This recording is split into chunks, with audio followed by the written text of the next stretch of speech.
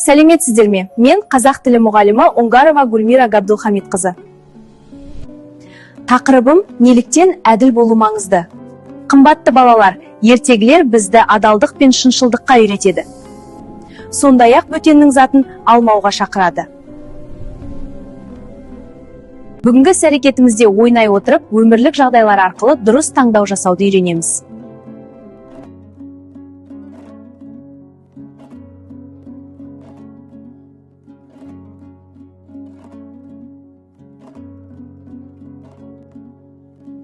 Сәлеметсіздер ме балалар? Амансыздар. Балалар, біздер бүгін жаңа тақырыппен танысамыз. Адалдық деген. Адамның ең бір жақсы қасиетінің бірі адалдық. Адалдық дегеніміз не? Адалдық деген өтірік айтпау, біреудің затын рұқсатсыз сұрамау, әділ болу, біреуді кем не біреуді көп санамау, Балалар, сіздер балабақшада мысалы ойыншықты алғанда біреуге ойыншықты көп беріп, біреуге аз беруге болмайды, екеуіне де тең бөліп береміз, осы кезде біз әділ боламыз. Әділдік дегеніміз не екенін біз бүгінгі сабағымызды ойнай жүре біліп ұғып алатын боламыз, Ол үшін біздер видеороликке назар аударайық. Балалар, бәріміз барларымызды видеоға салайық. Күндір шуақты күнде балалар кең алаңға жиналып, асық ойнауға кірісті. Асықтың дүбірі ойыны ауыл балалар үшін үлкен қызық болатын. Әркім өз шеберлігін көрсетіп, әділ жарысқа түсті. Айдар да қатарластарынан қалыспай, бар ынтасымен ойынды бастады. Ойын барысында Айдар бір сәт жеңілейін деген оймен асығын кішкене көлікпен итеріп жіберді. Бұл әрекетін ешкім байқамады. Нәтижесінде ол жеңімпаз атанып, балалардың қолдауына бөлінді. Бірақ қуаныш оның жүрегін жылыта қойған жоқ. Кешке үйге келгенде Айдардың көңілі орнына түспеді. Қолындағы жеңіп алған асыққа қараған сайын ар-ұяты мазалай берді. Мен шынымен жеңдім бе? Әлде әділетсіздігінің арқасында ғана жеңімпаз атандым ба деген ойлар маза бермеді. Ертеңіне Айдар батыл шешім қабылдады. Ол қайтадан достарының алдына келіп, "Балалар, мен кеше адал ойнаған жоқпын. Асықты әділ атқан жоқпын. Нағыз жеңімпаз басқа еді. Мен қателік жасадым" деді ұялып. Бір сәт тыныштық орнады. Балалардың жүзінен таңдану байқалды. Бірақ көп ұзамай олардың жүздері жылы жымысқа толды. "Айдар, сенің шындығыңыз үшін бәрінен қымбат" деді біреуі. "Дұрыс дедім. Адалдық нағыз батырлық" деді екіншісі. Сол сәттен бастап Айдар достарының алдында бұрынғыдан да қадірлі болып шықты. Балалар оны қайтадан ортаға шақырып бірге ойнады. Ал Айдардың өзі сол күні жүрегінде үлкен сабақ алды. Жеңістің ең үлкені адал жеңіс екенін ұқты. Не көрдік жаңа? Айдар қалай ойын ойнады? Асық ойын қалай ойнады? Дұрыс ойнады ма? Әділ ойнады ма? Жоқ. Ол не істеді өз асығын? Дұрыс па? Дұрыс. Дұрыс айтасыздар. Сосын ол жеңіске жетті, Үйіне барған соң жеңісімен мақтанды ма? Қуанды ма? Ол көп ойланды, үйге барған соң. Сосын келесі күні достарына келді ме? Не деді достарына? Не деді? Мені кешіріңдер, мен сендерді не істедім дейді? Алдадым дейді, Сосын достарын кешіре ма? Достары кешіреді.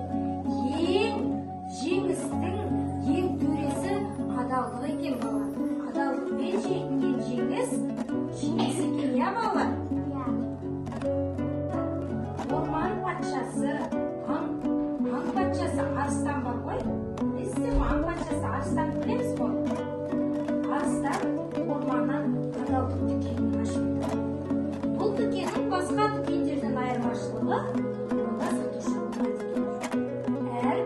әрбір кірген сатып алушы өзінің адалдығымен, өзінің ниетімен, өзінің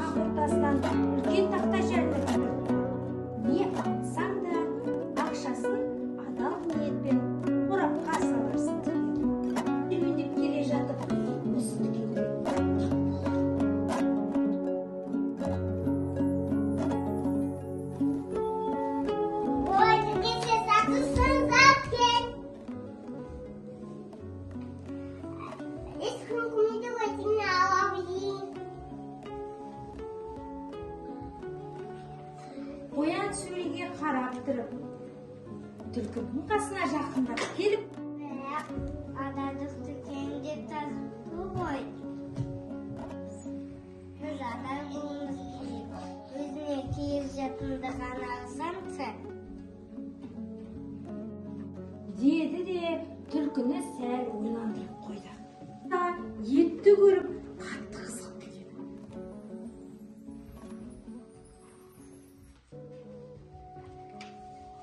Ол да етті алып қадым тойдырайын ба? Ол етті қолына алып тұрып, біраз ойланады. Жоқ, мен онда да сынып сағынып ұнатамын. Бойай. Деп орнына етті қойып кетеді. Өзі аяқтың алдында таза болады. Деп қасқыр өз таңдауын жасады. Ол кітап, мен кітапты таңдаймын. Түлкі де өз таңдауын жасады.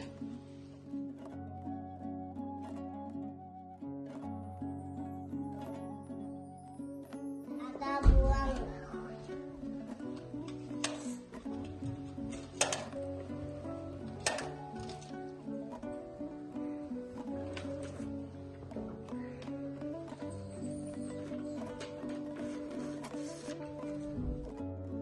Осылайша түлкі де адал болуды шешті. Адалдық ең бақытты байлық. Достар бір-біріне қуанып қарап, жүректері жеңілдеп дүкеннен шықты. Ең қымбат байлық. Достар бір-біріне қуанып қарап, жүректері жеңілдеп дүкеннен шықты. Сол күннен бастап олар қай жерде жүрсе де адал болуды ұмытпайтын болды. Осы сәттен бастап адалдық дүкені іші жарқырап, қабырғалары да, жазулары да өзгере бастады. Біз әрекетімізде не туралы әңгіме еттік? Адал болып. Қайтпай. Жарайсыңдар. Адал болуды үйрендік, иә? Өтірік айтпау керек.